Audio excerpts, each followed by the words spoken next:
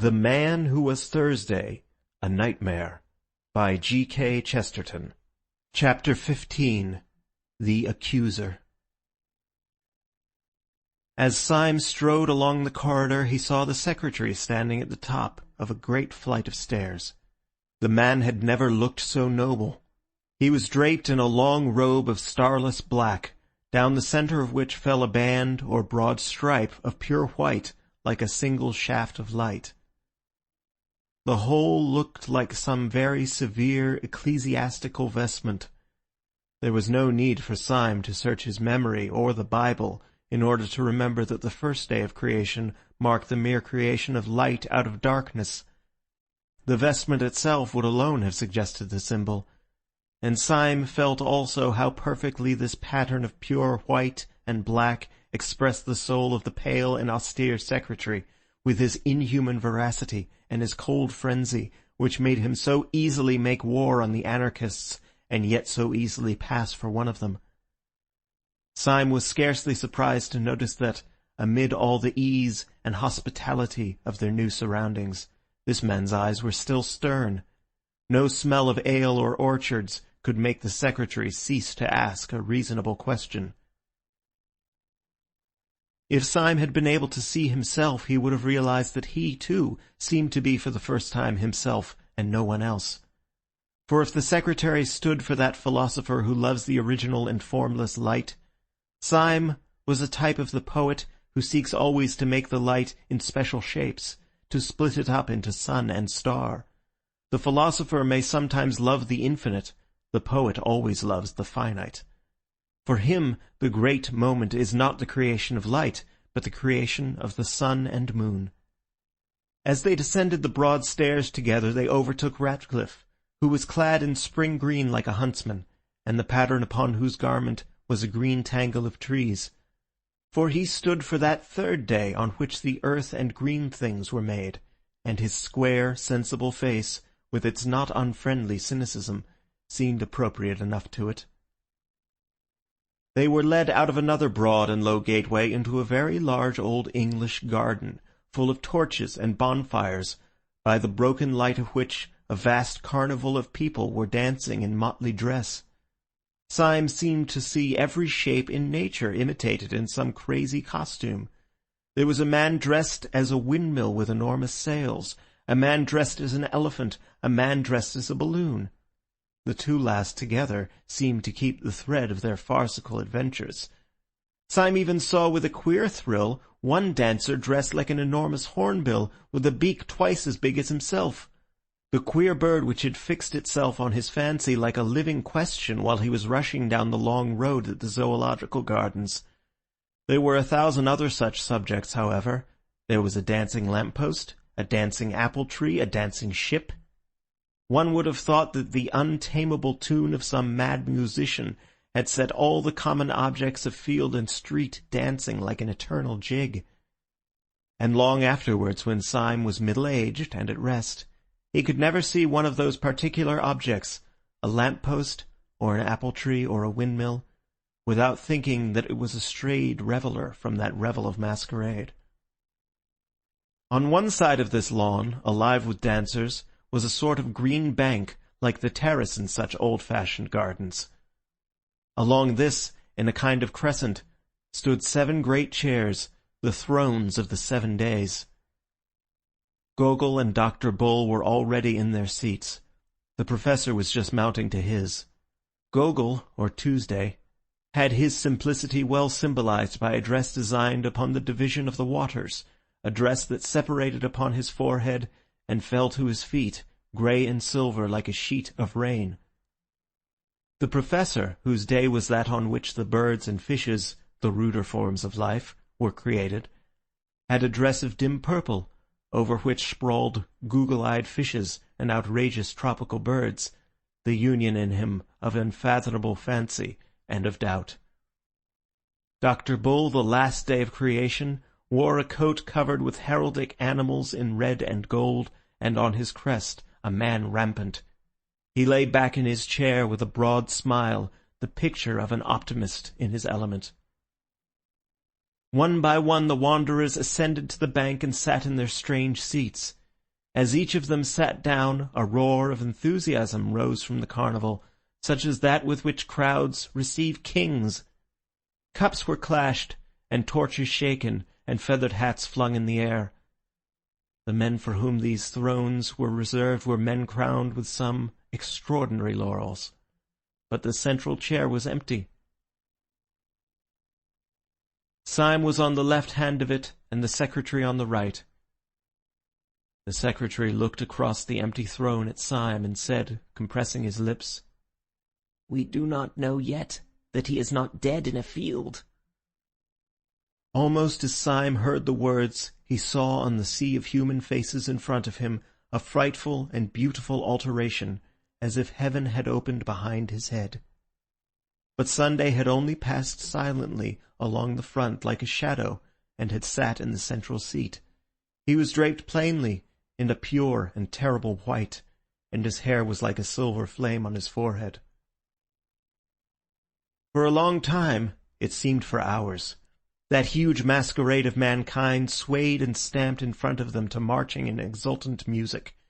Every couple dancing seemed a separate romance. It might be a fairy dancing with a pillar box, or a peasant girl dancing with the moon. But in each case, it was somehow as absurd as Alice in Wonderland, yet as grave and kind as a love story. At last, however, the thick crowd began to thin itself. Couples strolled away into the garden walks, or began to drift towards that end of the building where stood smoking, in huge pots like fish kettles, some hot and scented mixtures of old ale or wine. Above all these, upon a sort of black framework on the roof of the house, roared in its iron basket a gigantic bonfire, which lit up the land for miles. It flung the homely effect of firelight over the face of vast forests of grey or brown, and it seemed to fill with warmth even the emptiness of upper night.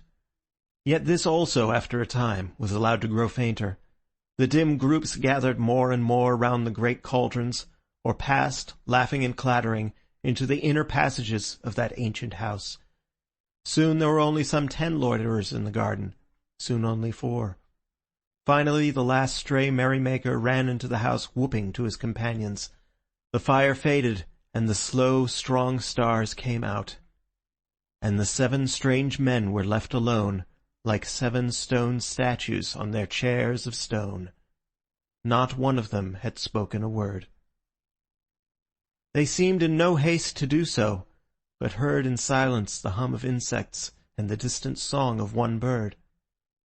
Then Sunday spoke, but so dreamily that he might have been continuing a conversation rather than beginning one. "We will eat and drink later," he said. "Let us remain together a little, we who have loved each other so sadly and have fought so long. I seem to remember only centuries of heroic war, in which you were always heroes, epic on epic, Iliad on Iliad, and you always brothers in arms, whether it was but recently, for time is nothing, or at the beginning of the world. I sent you out to war. I sat in the darkness, where there is not any created thing, and to you I was only a voice, commanding valor and an unnatural virtue. You heard the voice in the dark, and you never heard it again. The sun in heaven denied it, the earth and sky denied it, all human wisdom denied it, and when I met you in the daylight, I denied it myself." Syme stirred sharply in his seat, but otherwise there was silence, and the incomprehensible went on. "But you were men. You did not forget your secret honor, though the whole cosmos turned an engine of torture to tear it out of you. I knew how near you were to hell. I know how you, Thursday, crossed swords with King Satan, and how you, Wednesday, named me in the hour without hope." There was complete silence in the starlit garden, and then the black-browed secretary, implacable, turned in his chair towards Sunday, and said in a harsh voice, "Who and what are you?" "I am the Sabbath," said the other without moving. "I am the peace of God." The secretary started up, and stood crushing his costly robe in his hand. "I know what you mean," he cried, "and it is exactly that I cannot forgive you. I know you are contentment, optimism, what do they call the thing, an ultimate reconciliation. Well, I am not reconciled. If you were the man in the dark room, why were you also Sunday, an offence to the sunlight? If you were from the first our father and our friend, why were you also our greatest enemy?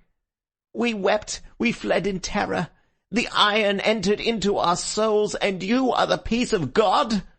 Oh, I can forgive God his anger, though it destroyed nations, but I cannot forgive him his peace." Sunday answered not a word, but very slowly he turned his face of stone upon Syme, as if asking a question. "No," said Syme, "I do not feel fierce like that. I am grateful to you, not only for wine and hospitality here, but for many a fine scamper and free fight. But I should like to know. My soul and heart are as happy and quiet here as this old garden, but my reason is still crying out. I should like to know." Sunday looked at Ratcliffe, whose clear voice said, "It seems so silly that you should have been on both sides and fought yourself." Bull said, "I understand nothing, but I am happy. In fact, I am going to sleep." "I am not happy," said the professor, with his head in his hands, "because I do not understand. You let me stray a little too near to hell." And then Gogol said, with the absolute simplicity of a child, "I wish I knew why I was hurt so much." Still Sunday said nothing, but only sat with his mighty chin upon his hand, and gazed at the distance. Then at last he said, "I have heard your complaints in order, and here, I think, comes another to complain, and we will hear him also." The falling fire in the great cresset threw a last long gleam, like a bar of burning gold, across the dim grass. Against this fiery band was outlined in utter black the advancing legs of a black-clad figure. He seemed to have a fine close suit with knee-breeches, such as that which was worn by the servants of the house, only that it was not blue, but of this absolute sable. He had, like the servants, a kind of sword by his side. It was only when he had come quite close to the crescent of the seven, and flung up his face to look at them, that Syme saw, with thunderstruck clearness, that the face was the broad, almost ape-like face of his old friend Gregory, with its rank red hair and its insulting smile. "Gregory!" gasped Syme, half rising from his seat. "Why, this is the real anarchist!" "Yes," said Gregory, with a great and dangerous restraint. "I am the real anarchist." "Now there was a day," murmured Bull, who seemed really to have fallen asleep, "when the sons of God came to present themselves before the Lord, and Satan came also among them." "You are right," said Gregory, and gazed all round. "I am a destroyer. I would destroy the world if I could." A sense of pathos far under the earth stirred up in Syme, and he spoke brokenly and without sequence. "Oh, most unhappy man," he cried, "try to be happy. You have red hair like your sister." "My red hair, like red flames, shall burn up the world," said Gregory. "I thought I hated everything more than common men can hate anything, but I find that I do not hate everything so much as I hate you." "I never hated you," said Syme very sadly. Then out of this unintelligible creature the last thunders broke. "You!" he cried. "You never hated, because you never lived. I know what you are, of all of you, from first to last. You are the people in power. You are the police, the great, fat, smiling men in blue and buttons. You are the law, and you have never been broken. But is there a free soul alive that does not long to break you, only because you have never been broken? We in revolt talk all kind of nonsense, doubtless, about this crime or that crime of the government. It is all folly. The only crime of the government is that it governs. The unpardonable sin of the supreme power is that it is supreme. I do not curse you for being cruel. I do not curse you, though I might, for being kind. I curse you for being safe. You sit in your chairs of stone and have never come down from them. You are the 7 angels of heaven, and you have had no troubles. Oh, I could forgive you everything, you that rule all mankind, if I could feel for once that you had suffered for 1 hour a real agony such as I. Syme sprang to his feet, shaking from head to foot. I see everything, he cried, everything that there is. Why does each thing on the earth war against each other thing? Why does each small thing in the world have to fight against the world itself? Why does a fly have to fight the whole universe? Why does a dandelion have to fight the whole universe? For the same reason that I had to be alone in the dreadful council of the days, so that each thing that obeys law may have the glory and isolation of the anarchist, so that each man fighting for order may be as brave and good a man as the dynamiter, so that the real lie of Satan may be flung back in the face of this blasphemer, so that by tears and torture we may earn the right to say to this man, you lie! No agonies can be too great to buy the right to say to this accuser, we also have suffered. It is not true that we have never been broken. We have been broken upon the wheel. It is not true that we have never descended from these thrones. We have descended into hell. We were complaining of unforgettable miseries even at the very moment when this man entered insolently to accuse us of happiness. I repel the slander. We have not been happy. I can answer for every one of the great guards of law whom he has accused. At least... He had turned his eyes so as to see suddenly the great face of Sunday, which wore a strange smile. "Have you," he cried in a dreadful voice, "have you ever suffered?" As he gazed, the great face grew to an awful size, grew larger than the colossal mask of Memnon which had made him scream as a child. It grew larger and larger, filling the whole sky. Then everything went black. Only in the blackness, before it entirely destroyed his brain, he seemed to hear a distant voice saying a commonplace text that he had heard somewhere. Can ye drink of the cup that I drink of?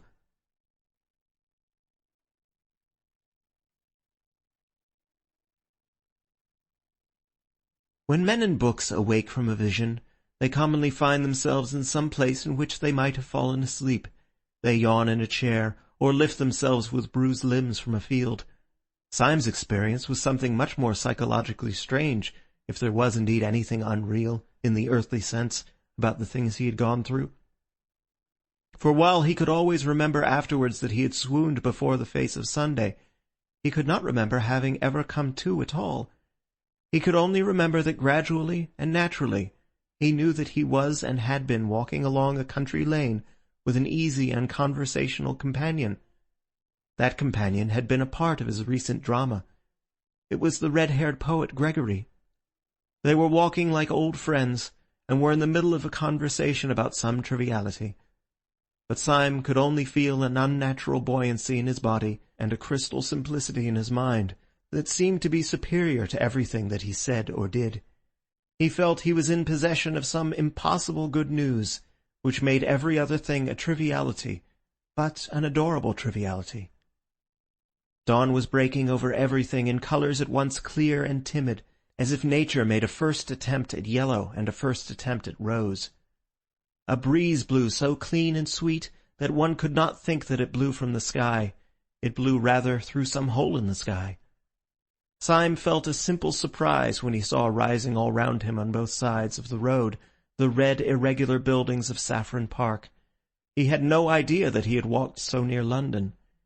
He walked by instinct along one white road, on which early birds hopped and sang, and found himself outside a fenced garden. There he saw the sister of Gregory, the girl with the gold-red hair, cutting lilac before breakfast, with the great unconscious gravity of a girl. End of chapter 15. End of the book The Man Who Was Thursday, A Nightmare, by G.K. Chesterton.